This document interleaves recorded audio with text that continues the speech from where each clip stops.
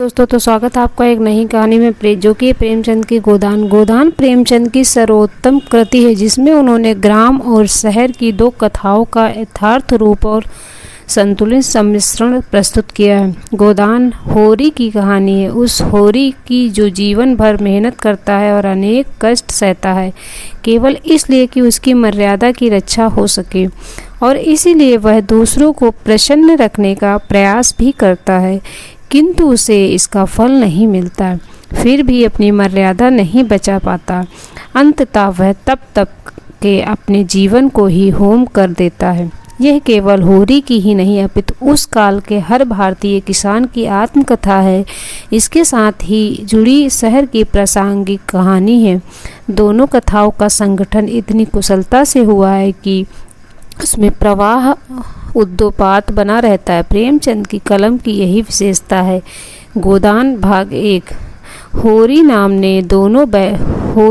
ने दोनों बैलों को सारनी पानी देकर अपनी स्त्री धनिया को कहा, गोबर को खोदने भेज देना, मैं जाने कब लौटो, जरा मेरी लाठी दे दो। धनिया के दोनों हाथ गोबर से भरे थे, उपले पर पात कर आई थी। बोली, अरे कुछ रस पानी तो कर लो, ऐसी जल्दी क्या है। होरी ने अपने झुर्रियों से भरे माथे को सिकोड़ कर कहा, तुझे रस पानी की पड़ी है। मुझे ये चिंता है कि अबेर हो गई तो मालिक ने भेंट न होगी। स्नान पूजा करने लगेंगे तो घंटों बीत जाएगा। इसी से तो कहती कुछ जलपान कर लो, और आज न जाओगे तो कौन हरज होगा। अभी तो परसों गए थे, तू तो बात ही ना समझती, उसमें टांग क्यों उड़ाती है भाई। मेरी लाठी दे दे और अपना काम देख। ये इसी मिलते जुलते रहने का प्रसाद है। अब तक जान बची हुई है, नहीं कहीं पता न लगता कि किधर गए। गांव में इतने आदमी तो हैं कि किस पर बेद लकड़ी नहीं आई, किस पर कुड़की नहीं आई। अब दूसरे के पांव तले अपनी गर्दन दबी हुई है तो उन पांवों को सहलाने में कुशल है। धनिया इतनी व्यवहार कुशल ना थी। उसका विचार था कि हमने जमींदार के खेत जोते हैं तो वह अपना लगान ही तो लेगा, उसकी खुशामद क्यों करें, उसके तलवे क्यों सहलाएं। इन 20 वर्षों में अच्छे जीवन अनुभव हो गया था। चाहे कितनी ही कतर बेतर क्यों ना हो, कितना ही पेन तन काटो, चाहे एक एक कौड़ी को दांत से पकड़ो, मगर लगान बेबक होना मुश्किल है। फिर भी वह हार न मानती थी और इस विषय पर स्त्री पुरुष में आए दिन संग्राम छिड़ा रहता था। उसकी 6 संतानों में अब केवल 3 जिंदा हैं। एक लड़का गोबर कोई 16 साल का और 2 लड़कियां सोना और रूपा 12 और 8 साल की।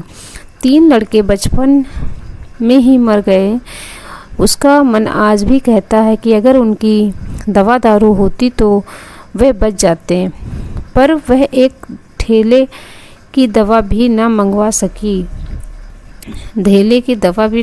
सकी। उसकी ही उम्र अभी क्या थी, 36वां ही साल तो था, पर सारे बाल पक गए थे, चेहरे पर झुर्रियां पड़ गई थी, सारी देह ढल गई थी। वह सुंदर गेहुआ रंग सांवला पड़ गया था और आंखों से भी कम सूझने लगा।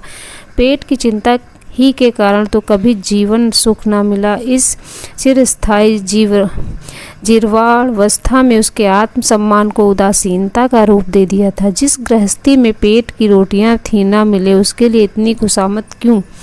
इस परिस्थिति से उसका मन बराबर विद्रोह किया करता था और 2-4 हुड़कियां खा लेने पर ही उसके यथार्थ का ज्ञान होता। उसने परास्त होकर होरी की लाठी, मिर्जई, जूती पकड़ी और तमाकू का बटुआ लाकर सामने पटक दिए।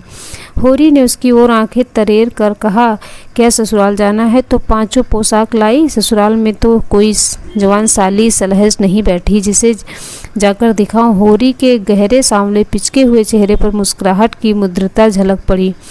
धनिया ने लजाते हुए कहा, ऐसे ही तो बड़े सजीले जवान हो कि साली सलजे तुम्हें देखकर रीझ जाएंगी।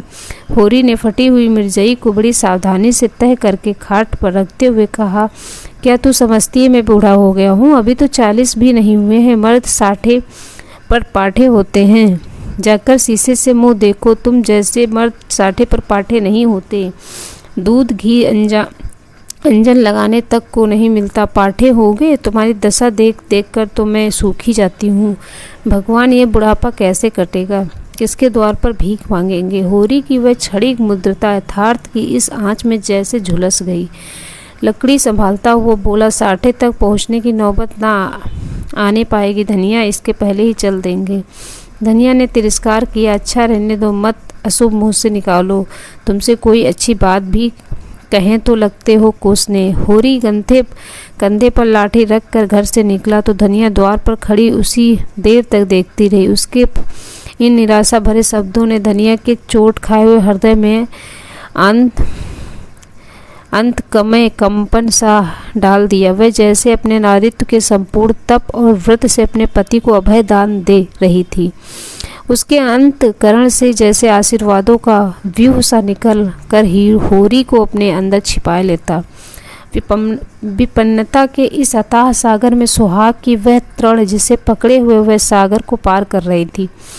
इन असंगत शब्दों से यथार्थ के निकट होने पर भी मानो झटका देकर उसके हाथ से वह तिनके का सहारा छीन लेना चाहा, बल्कि यथार्थ के निकट होने के कारण ही उनमें इतनी वेदना शक्ति आ गई। काना कहने से काने को जो दुख होता वह क्या हो आंखों वाले आदमी को हो सकता है। होरी कदम बढ़ाए चला जाता था। पगडंडी के दोनों ओर ऊख के पौधों को लहराती हुई हरियाली देखकर उसके मन में कहा, भगवान कहीं गौ को बरखा दे और दांडी भी सुभीते से रहे तो एक गाय जरूर देना। देसी गाय तो दूध देना, उनकी पछुए ही किसी काम के हों। बहुत हुआ तो तेली के कोल्हू में चले, नहीं वह पछाई गाय लेना, उसकी खूब सेवा करेगा। कुछ नहीं तो 4-5 सेर दूध होगा।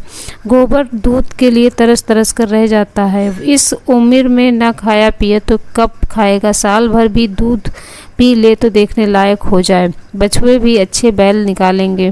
200 से कम की गोए ना हो, फिर गऊ से ही तो द्वार की शोभा है। सवेरे सवेरे गऊ के दर्शन हो जाए तो क्या कहना।